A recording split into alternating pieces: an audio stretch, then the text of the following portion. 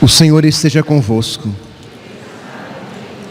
Proclamação do Evangelho de Jesus Cristo segundo João. Deus amou tanto o mundo que deu o seu Filho unigênito, para que não morra todo aquele que nele crê, mas tenha a vida eterna. De fato, Deus não enviou o seu Filho ao mundo para condenar o mundo, mas para que o mundo seja salvo por ele. Quem nele crê não é condenado, mas quem não crê já está condenado, porque não acreditou no nome do Filho unigênito. Ora, o julgamento é este: a luz veio ao mundo, mas os homens preferiram as trevas, porque suas ações eram más. Quem pratica o mal odeia a luz e não se aproxima da luz, para que suas ações não sejam denunciadas. Mas quem age conforme a verdade, aproxima-se da luz, para que se manifeste que suas ações são realizadas em Deus. Palavra da salvação.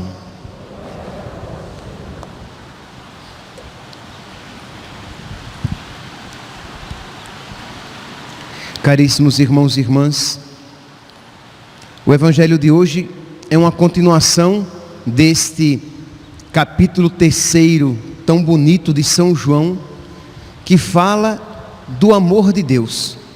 Deus amou tanto o mundo que nos enviou o seu Filho. De fato, Deus não enviou o seu Filho para condenar o mundo, mas para salvar o mundo. Nós já ouvimos tantas vezes essa passagem, que existe a tentação de nós nos acostumarmos com ela e acharmos que já sabemos tudo o que ela tem a nos dizer. Então, primeiro aqui, uma verdade no âmbito intelectual. Nós sempre podemos conhecer mais da palavra de Deus, já que não é que sejamos estudiosos, de modo que já saibamos tudo. Isso aqui no âmbito intelectual. E no âmbito espiritual, existe uma realidade abissal, existe um abismo de conhecimento que Deus pode nos fazer desfrutar. De modo que a palavra de Deus, como a própria palavra de Deus fala a respeito de si mesma, é como um baú do qual tiramos coisas novas e velhas, de modo que sempre a palavra de Deus tem algo a nos enriquecer, tem um mistério, um segredo a respeito do amor de Deus, um aspecto do amor de Deus que pode se nos dar a conhecer. Pois bem, então eu gostaria aqui de tomar este versículo 17, João, capítulo 3º, versículo 17. Eu sei que geralmente nós repetimos, está mais fixo na nossa memória, o versículo 16. Deus amou tanto o mundo que nos enviou o seu Filho, para que todo aquele que nele crê não pereça, mas tenha a vida eterna. Ótimo. Mas eu gostaria de hoje tomar precisamente, especialmente, esse versículo 17. De fato, Deus não enviou o seu Filho ao mundo para condenar o mundo, mas para que o mundo seja salvo por ele. Meus irmãos, graças à ressurreição de Cristo, nós podemos dizer isso, isto é, Deus não enviou o seu Filho ao mundo para condenar o mundo.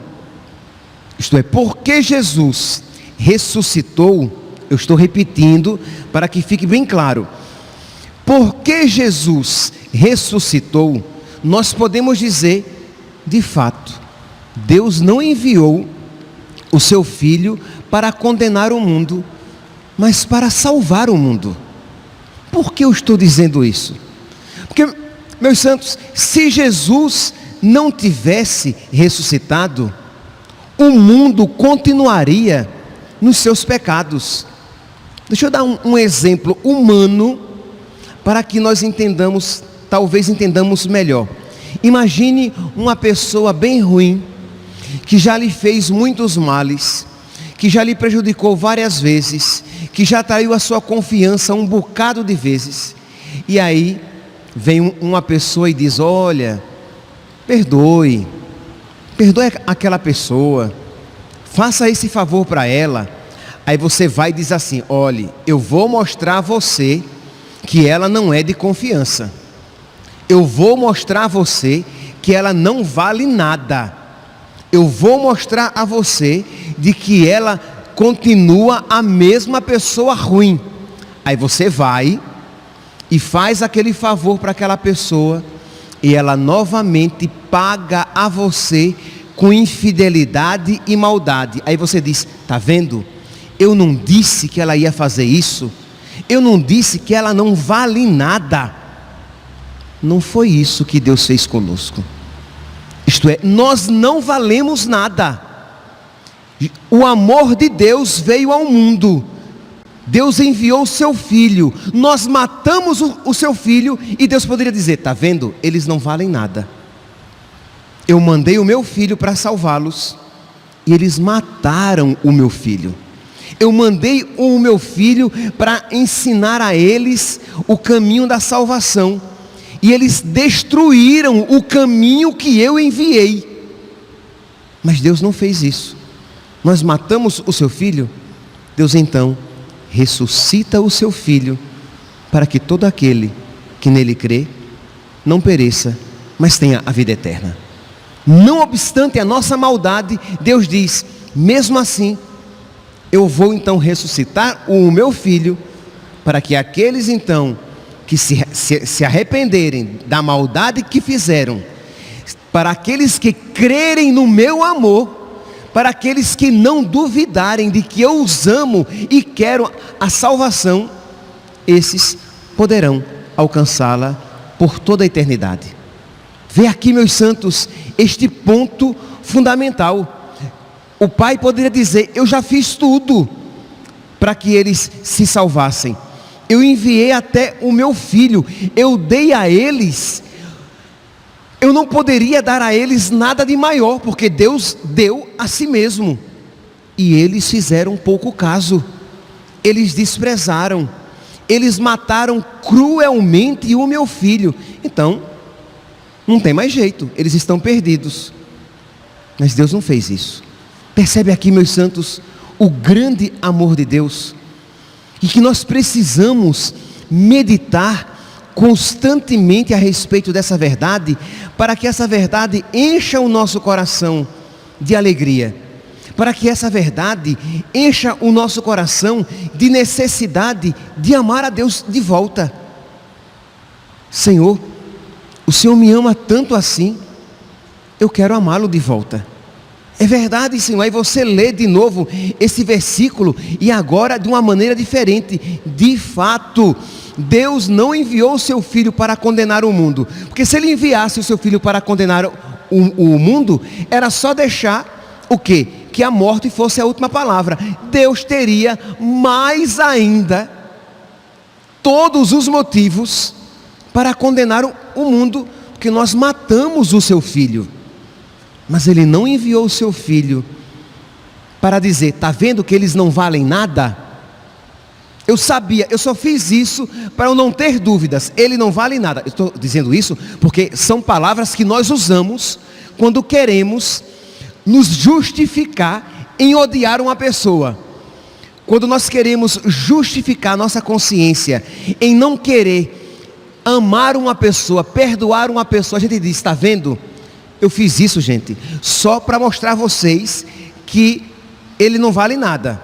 Mas eu já sabia. Deus já sabia. Mas Deus não enviou o seu filho para condenar o mundo, mas para salvar o mundo. São Pedro, na primeira carta, primeiro capítulo, versículo 3, fica fácil, né? São Pedro tem duas cartas. Então, primeira carta, capítulo 1, versículo 3, São Pedro diz assim: bendito seja Deus, o Pai de nosso Senhor Jesus Cristo, na sua grande misericórdia, Ele nos fez renascer pela ressurreição de Jesus dentre os mortos, para uma viva esperança. Isto é, graças a bendito seja Deus, o Pai de nosso Senhor Jesus Cristo, porque por causa da ressurreição de Jesus, Ele nos deu uma grande esperança.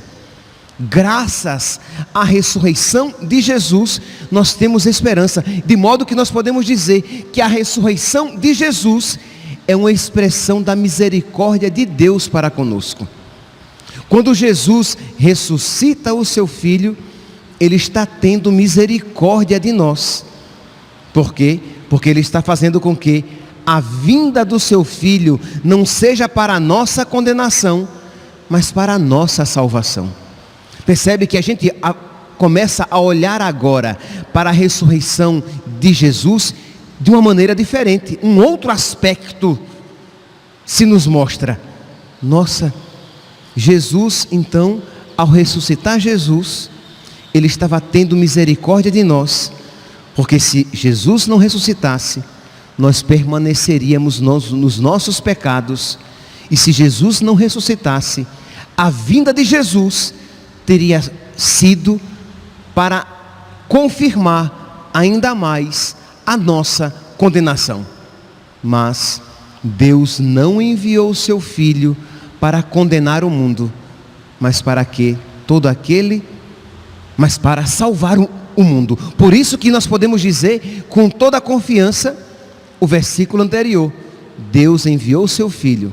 Deus amou tanto o mundo que nos enviou o seu Filho, para que todo aquele que nele crê não pereça, mas tenha vida eterna. Meus irmãos, nós estaremos no tempo da Páscoa durante esses 50 dias até Pentecostes.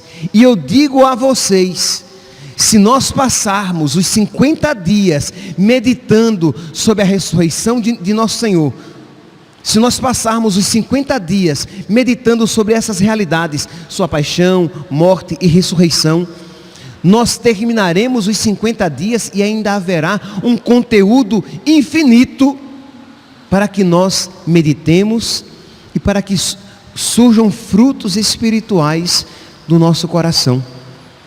Então, nas nossas orações, na nossa oração pessoal, peçamos a Deus: meu Deus, por culpa minha, eu sou tão cego ao teu amor. Senhor, por culpa minha, eu sou tão superficial que eu não consigo compreender mais profundamente o teu amor. Eu sei que tu me amas, porque eu creio na tua palavra, mas a minha fé ainda é pequena, a minha fé ainda é rasteira. Aumenta, Senhor, o meu amor, que eu compreenda mais, para que eu creia mais, que a minha compreensão do teu amor cresça, para que a minha fé cresça, e a minha fé crescendo, a minha compreensão crescerá também, será cada vez mais profunda, e de fé em fé, você vai crescendo cada vez mais consequentemente no amor de Deus, porque as virtudes teologais, como todas as outras virtudes, elas crescem conjuntamente. Se a fé cresce, se nós cremos cada vez mais, se nós crermos cada vez mais no amor em Deus, nós iremos consequentemente nos abrindo cada vez mais para receber o amor de Deus e consequentemente amá-lo com este amor dele recebido. Então eu creio mais, consequentemente eu vou esperar ainda mais ser totalmente de Deus, ser de modo que Ele seja tudo em todos. A minha esperança crescerá cada vez mais, a minha caridade crescerá cada vez mais, o meu amor a Deus e o meu amor aos meus irmãos por causa de Deus. Então nós precisamos pedir a Deus. Eu tenho certeza que esta passagem aqui do Evangelho, ela é conhecidíssima de todos nós, mas depois, no dia de hoje, à tarde ou à noite, pegue novamente este Evangelho e medite-o mais uma vez. Quem sabe Deus vai ter uma outra palavra para iluminar o seu coração, para predispor até mesmo os seus afetos para amá-lo cada vez mais, para que você o ame não apenas com a sua inteligência, não apenas com a sua vontade, eu quero amar a Deus, mas também com os seus afetos, para que você ame e diga, Deus é amável, e aí acontecerá cada vez mais profundamente isto aqui que diz o versículo 20, quem pratica o mal odeia a luz e não se aproxima da luz. Quem pratica o mal odeia Jesus, mas quem age conforme Jesus, quem age conforme a verdade, aproxima-se da luz, para que as suas obras, para que se manifeste que suas obras são realizadas em Deus. Ora, quanto mais crescer o seu amor, tanto mais crescerá as suas práticas de amor. Você se afastará cada vez mais das obras das trevas, porque você verá que elas são más, porque você verá que elas desagradam a Deus. E você crescerá cada vez mais nas obras da luz, nas obras da verdade, nas obras do amor. Não apenas aqui, fugindo dos pecados, mas querendo agradar a Deus em tudo. Quando você experimentar, quando você se aprofundar na sua fé, e você crescer no amor de Deus, haverá uma necessidade de amar a Deus concretamente, de amar a Deus generosamente, porque não há mais tempo, mas a primeira leitura nos mostra isso. Pedro preso porque está pregando o Evangelho, mesmo sabendo que ele vai arcar com as consequências. Mas quando nós crescemos na fé, quando a caridade de Deus começa a frutificar no nosso coração, a generosidade em nós brota. Nós nos tornamos generosos, nós nos tornamos desapegados de nós mesmos, de modo a que Pedro não está preocupado com a sua segurança física. Pedro não está preocupado se ele será preso de novo, e será. Pedro não está preocupado se ele será flagelado, chicoteado, que será. Pedro não está preocupado se ele vai perder a vida, que perderá. Pedro está preocupado em obedecer a Deus, em fazer a vontade de Deus, em glorificar a Deus, em amar a Deus. Meus irmãos, quando nós crermos no amor de Deus, e se você, meu santinho, minha santinha, se você ainda é muito apegado a você mesmo, à sua vida, às suas vontades, é porque você ainda não crê suficientemente no amor de Deus. Quando você crê no amor de Deus, o amor de Deus vai libertar você dos seus egoísmos, dos seus apegos. Quando você crer no amor de Deus, mas crer de verdade, você crerá que existe uma outra vida preparada para você e Jesus que o espera. E você nunca vai querer desagradá-lo, entristecê-lo ou negar coisa alguma para ele. É por isso que Pedro acabou de ser solto. E o que é que ele faz? Ele dá no pé para não ser preso de novo? Não, ele volta lá e começa a ensinar o povo, sabendo que daqui a pouco ele vai ser preso novamente. Que nosso Senhor, meus santos, que nós, confiando e suplicando a misericórdia de Deus, confiando na misericórdia de Deus, supliquemos uma fé maior. Que nós contemplando Jesus Cristo crucificado, que nós digamos com toda a verdade, com toda a certeza, com toda a confiança, é verdade. Deus, o Pai, não enviou Jesus para condenar o mundo, mas para salvar o mundo. Por isso que Ele ressuscitou o seu Filho. E eu quero amar muito a Deus de volta, porque quando Ele me amou com total, completa e absoluta generosidade. Louvado seja nosso Senhor Jesus Cristo, para sempre seja louvado.